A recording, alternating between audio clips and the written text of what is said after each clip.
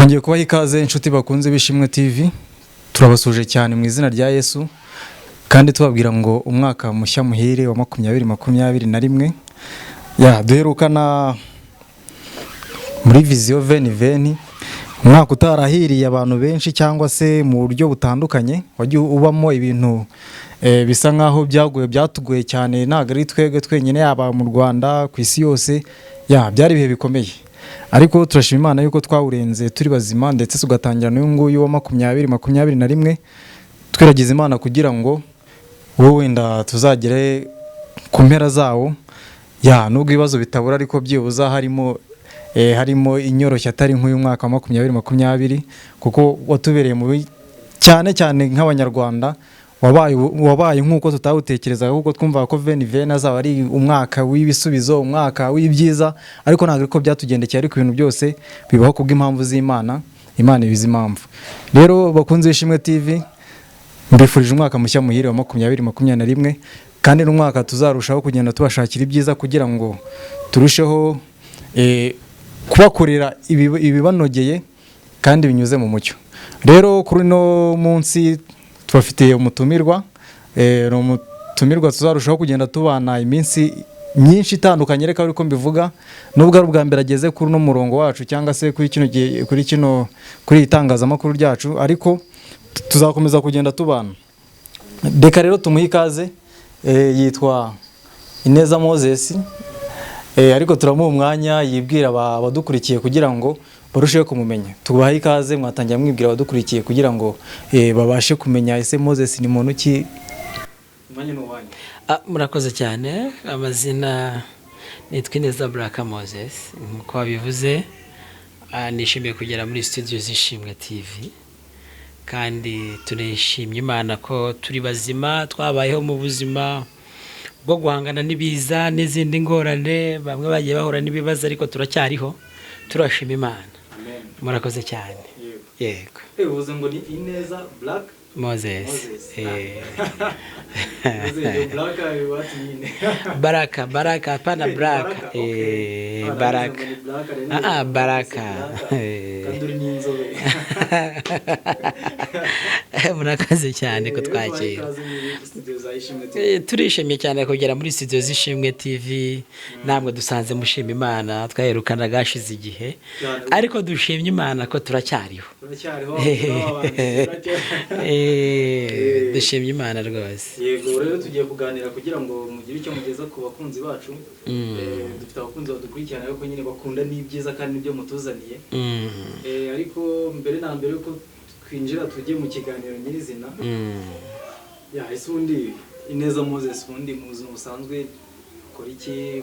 Mu bujyanye n'ivugabutumwa akora iki kugira ngo turusheho kumenya? Ubuzima busanzwe bijyanye n'ivugabutumwa, ubundi nsanzwe ndi umuvugabutumwa bwiza, nkaba n'umuhanzi wa gospel, ariko kenshi focusinga cyane ku gupurishinga, kwigisha.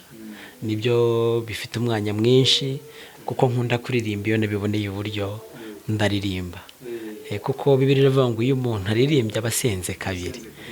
Ariko iyo tubonye umwanya rwose turabikora tukabikunda, ariko mba ndi mu kubwiriza ubutumwa bwiza. Yego, murakoze. Reka noneho twibike tujye mu kiganiro. Ese buriya iyo umuntu avuze ngo ubuzima bufite intego, tuzi ko mu buzima busanzwe ubuzima bufite, iyo umuntu avuga ati mfite ubuzima bwanjye nabahaye intego runaka, nuko ari ahantu aba yifuza kugera, kandi avuga ati bizantwara igihe iki n'iki, ngombe ngere kuri kiriya, cyangwa se hari uko nzitwara kugira ngo nzagere kuri cya kintu. Ese noneho mu rugendo rwa Gikristo, turetse wenda mu bijyanye na business cyangwa se n'indi mibereho, ese nk'umukristo ashobora kuvuga ati ubuzima bwanjye bufite intego n'iyi? Ese wowe ubuzima bufite intego kuri wowe bishatse kuvuga iki? Ubuzima bufite intego ni choice, ni amahitamo umuntu aba agomba guhitamo. Akavuga ngo mu buzima bwa Gikristo bwo guhinduka, bwo gukizwa, bisemo gukizwa. Burya nabwo twabwita ubuzima bufite intego, kuko iyo uhagurutse utazi neza aho ugiye, biteza ibibazo na ambutiyaje. Ngasanga umuntu arakijijwe, ariko afite utuntu twinshi afite. Ni nk'umuntu ugasanga umuntu yarakijijwe, ariko yimukanye ubusinzi, yimukanye ubusambanyi, yimukanye kubeshyera abandi, yimukanye guharabika abandi, kuvuga abandi bitameze neza. Donc nubwo ari umukristo ariko nta buzima bufite intego afite mu buryo bwa gikristo. Ni ukuvuga ngo ubuzima bwe bushingiye kudahinduka, kandi ubuzima bufite intego uba ugomba kugaragaza ko wahindutse. Umuntu ahinduka ryari rero? Ahinduka igihe we afite hwajya, yifuza aho agiye kujya. Icyo gihe yamaze kuhifuza akanahitamo, arahinduka. Guhindukira ni ukuvuga ngo ubuzima bufite, donc mu magambo makeya, ubuzima bufite intego ni ukutareba inyuma aho wavuye. Kuko iyo wafokasinze mu bintu bisanzwe ukavuga ngo ngiye gutera imbere, ndakora iki kugira ngo ngere hano, iyo usubiye inyuma buriya ntabwo ushobora kuhagera. No mu buryo bw'umwuka rero, iyo udakomeje kuvuga ngo ngenda kijijwe, ngo bijye mukijijwe neza, uteza mbutiyaje mu itorero cyangwa se no mu buzima bwawe bwa gikristo. Yego, ni ukuvuga ngo niba warahisemo kuba umukristo, komeza iyo nzira, ntakurebe inyuma. Niba warahisemo kuba umukristo, ni ubuzima bufite intego. Komeza uba umukristo, ntakureba inyuma. Niba warahisemo kandi kuba umupagani, ubwo sinzi, ntago nabagira inama yo kujyayo. Ariko Bibiliya iratubwira ngo kuko udashyushye kandi ntukonje ntushyushye, urakazyaze nje kukuruka. Abo ni abantu badafite intego mu mwuka. Bibiliya iravuze ngo kuko udakonje kandi ntushyushye, ntukijijwe kandi uragaragara ko ukijijwe. Ni ukuvuga ngo amahitamo rero aho ngaho ntabwo ubura akagira ubuzima bufite intego mu buryo bw'umwuka, in the Holy Spirit. Rero kugira ngo ubashe kugira ubuzima bufite intego, ni uko ugomba guhitamo gushyuha cyangwa se ugakonjamo kimwe. Aho ngaho nibwo bufite ubuzima bufite intego mu buryo bwo mu mwuka. Yego. Wenda twakibaza ngo ese mu bakristo hari umuntu ushobora kubaho adafite intego, akajya mu gikristo ariko atabirimo, kandi tubona imbuto ze yera, kandi uko twigaragariza twebwe tukabona n'umukristo. Ariko se ibyo birashoboka? Birashoboka cyane. Naguhereza ingero nk'ebyiri. Ushobora kuba uri umusore, yego, ukajya mu idini ukurikiyemo inkumi, ntabwo ari ubuzima bufite intego mu mwuka. Urumva nta kantu kakujyanyemo. Ariko numva atari ibintu bibi kugira wenda ushaka yuko muzabana. Ahubwo se wakijijwe, wamara gukizwa, Yesu akakugirira neza, ukabonamo fiyanse, mukabana. Turi mu mwuka cyane kugira ngo dukurikirane yaze kubyumva. Gushaka ntabwo ari ikibazo, ahubwo ni byiza. Nuko we ahagurutse ataje gukizwa, ahubwo ahagurukijwe n'inkumi. Dufite abantu mu nsengero bagiye bahagurutswa n'inkumi, donc agakiza kakazaza nyuma cyangwa se bikanarangira asubiye inyuma. Dufite n'abandi bagiye bahagurutswa n'umuziki kuko bavugije amapendo, abandi bakubise gitari, ingoma zabaye nyinshi, cyangwa ko hari n'abakubita baze hariya, ukabona mu by'ukuri uwo muntu aje gusenga, arimo arasenga ariko adakijijwe. Ni ukuvuga ngo nta buzima bufite intego afite, kuko yazanywe n'ibintu, ntabwo ari agakiza. Ni ukuvuga ngo rero iyo turi mu mwuka tugashaka kugenda mu nzira nziza muri ubwo buzima bufite intego, ni uko duhitamo gukizwa. Icyo ni icya mbere, kuko guhitamo gukizwa ni ukwiyemeza kuvuga ni uko byagenda kose, ndetse ibi, ndetse gusinda, ndetse kurwana, ndetse umujinya, ndetse kugwa nabi, donc ni wowe ubyihitiramo. Wamara kubihitamo ukabikomezanya.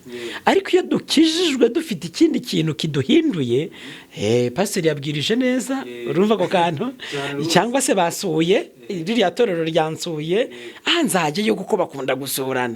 Donc bishobora kuba bimwe mu mpamvu byazatuma ugira ubuzima bufite intego, ariko wowe nta buzima bufite intego uhagurukanye. Yego, murakoze cyane.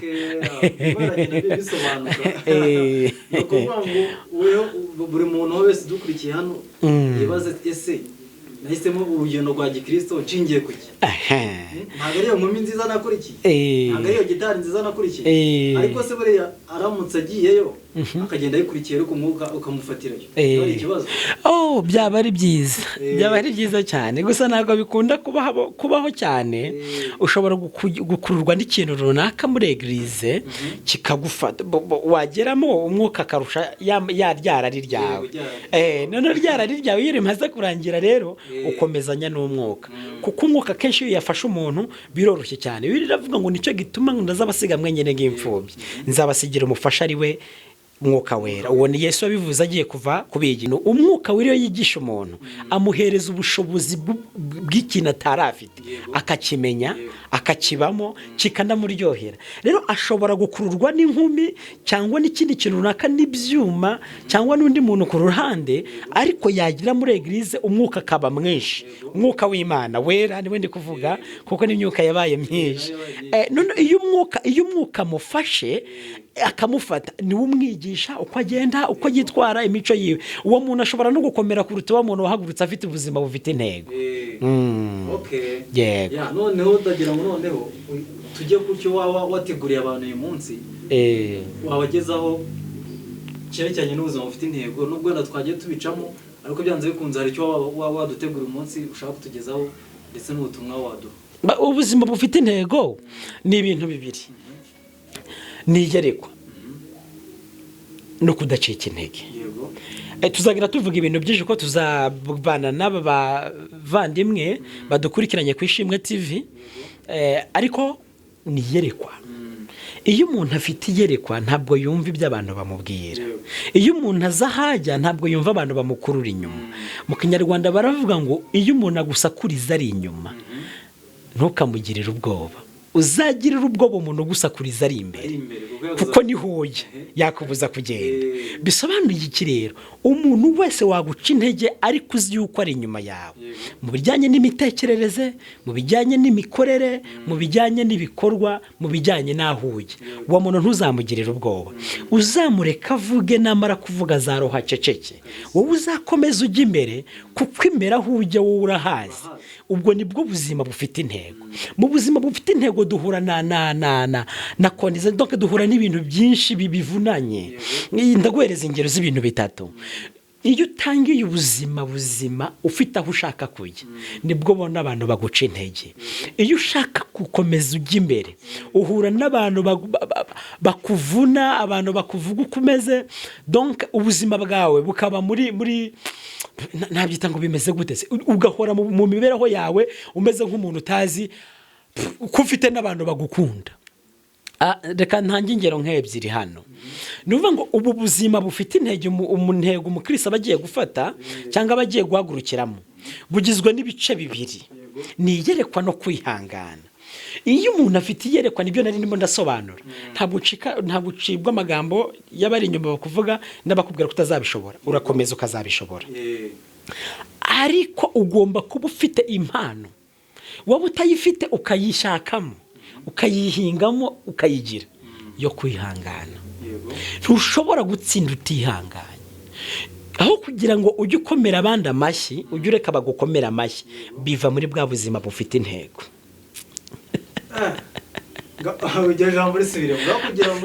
aho kugira ubuzima bwawe ujye uhora uri mu birori by'abandi ubakomera amashyi ubafelicita ngo mwarakoze ubabwira ni muri abantu b'abagabo n'abamama cyane wakora ku buryo nawe bazajya baza bakirirwa bagukomera amashyi kuko intsinzi umuntu ukoma amashyi ntabwo aba azi imvune y'intsinzi ariko umuntu ukomerwa amashyi aba azi imvune y'intsinzi kandi kugira ngo wawundi akoma amashyi hashobora kuba atanarahari agaserebura intsinzi kandi wawundi bakomera amashyi bashobora gukomera uhari cyangwa se udahari rero mu buzima bufite intego tujye twirinda ko abantu badakomera amashyi tutarakora ibyo ngibyo bituma dusubira inyuma tujye duharanira kwiteka twebwe tubaho mu buzima bwuzuye dufite aho dushaka kujya naho badukomera amashyi tudahari kuko akenshi umuntu agukomeye amashyi ni uko aba yemeye ibyo wakoze ubuzima rero bufite intego ni uguharanira yuko ukomerwa amashyi aho kugira ngo uyakomere abandi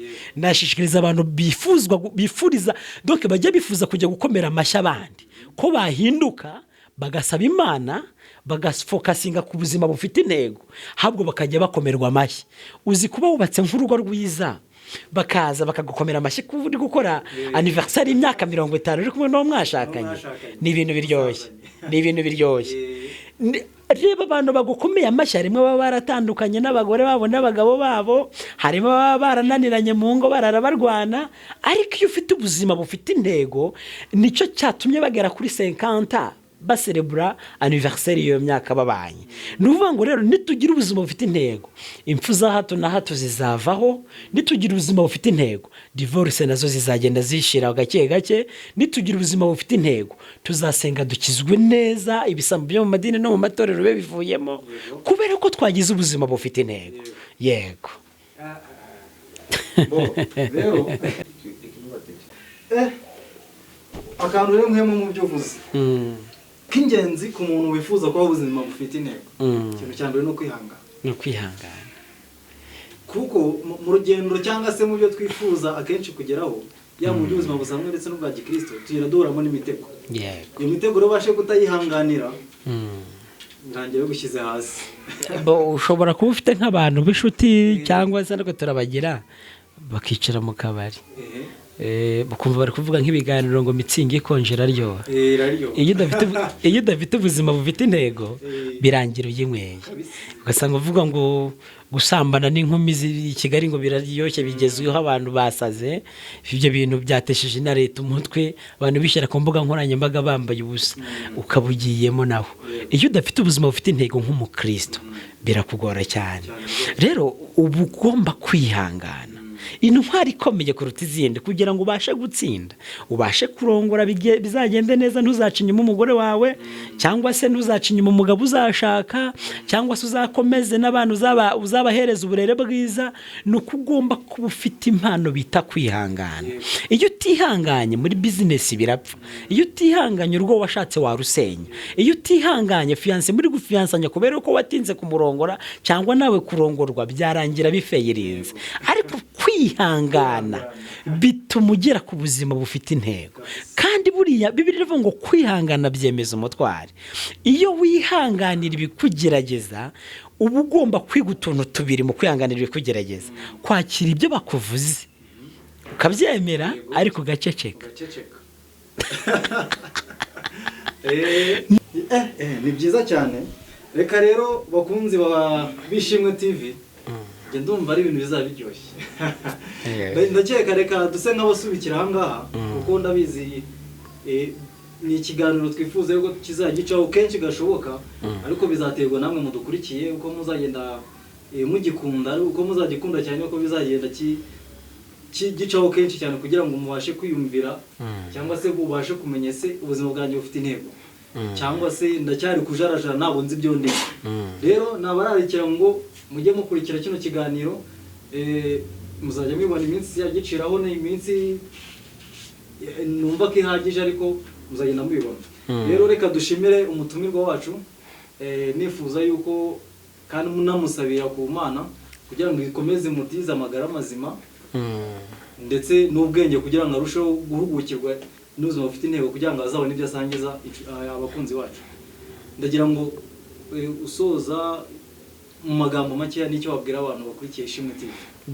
Abantu bakurikiye Ishimwe TV, abantu bakurikiye Ishimwe TV ni abantu beza, ni abantu b'abagabo, kuko dufite nk'imbuga nkoranyambaga nyinshi tuzikurikirana. Ariko iyo abantu bafashe n'umwanya bagakurikirana ijambo ry'Imana, bagafokasinga kuri ryo, bakumva icyo Bibiliya ivuga, aba ari abantu beza cyane. Turabashimiye aho bagejeje rwose, bakurikirana Ishimwe TV, ni byiza. Twabasaba gukomeza kuyikurikirana cyane, bagakora subscribe, like, ndetse bakabisangiza n'abandi, kuko turatangiye ubu ngubu ubuzima bufite intego. Turifuza mu cyumweru kuza turabikora bihagije, kugira ngo tubashe kubwira umuntu amenye ubuzima ahagazemo bwa gikristo, ese afite intego. Kandi tuvuga ku buzima bufite intego, tuzafata ubwa gikristo n'ubuzima busanzwe, tuzabihuriza hamwe, kuko iyo ubashije kumvira amategeko y'Imana, aya leta yo kuyashyira mu bikorwa biroroha. Iyo ubashije kwitwarira ukagira discipline mu buryo bwo mu mwuka, mu buzima busanzwe, biba byiza cyane. Murakoze cyane, turishimye cyane kuba mwadutumiye muri studio. Urakoze Inez Moses. tubahaye turamwishimiye kandi tuzi ko tuzagenda dukorana neza. Namwe inshuti zacu icyo twabashishikariza nuko mwakomeza kugenda mukora subscribe ku batarayikora, ndetse namwe mwayikoze mukarushaho gusangiza ibi bitekerezo tubasha kunyuzaho hano, mubisangiza inshuti zanyu, abandi bantu batandukanye, kugira ngo nawe bashe kubageraho. Rero turabakunda kandi twifuriza ibyiza. Imana ikomeze barinde. Ciao ciao.